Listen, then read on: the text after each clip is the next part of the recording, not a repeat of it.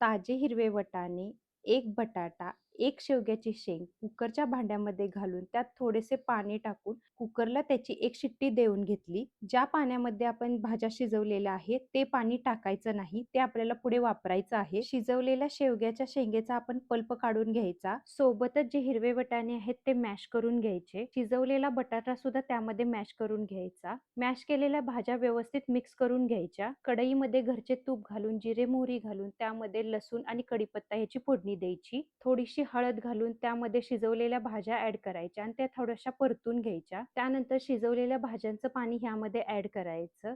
सोबतच तुम्ही दुसरं पाणी सुद्धा ऍड करू शकता कन्सिस्टन्सी ऍडजस्ट करण्यासाठी. शेवग्याच्या शेंगामध्ये कॅल्शियम आणि आयर्न असते, त्यामुळे बाळाची हाडे आणि दात मजबूत होतात. सोबतच त्यामध्ये व्हिटॅमिन ए असते, जे डोळ्यांच्या आरोग्यासाठी चांगले असते. बटाट्यामध्ये कार्बोहायड्रेट्स असतात, त्यामुळे बाळाला एनर्जी मिळते आणि बाळाचे पोट पण भरते. हिरव्या वाटाण्यामध्ये बी कॉम्प्लेक्स असते, त्यामुळे बाळाची रोगप्रतिकारक शक्ती सुधारते. त्यामुळे ह्या भाज्यांचे वरण किंवा सूप तुम्ही सुद्धा तुमच्या बाळाच्या डाएटमध्ये नक्की इन्क्लूड करा.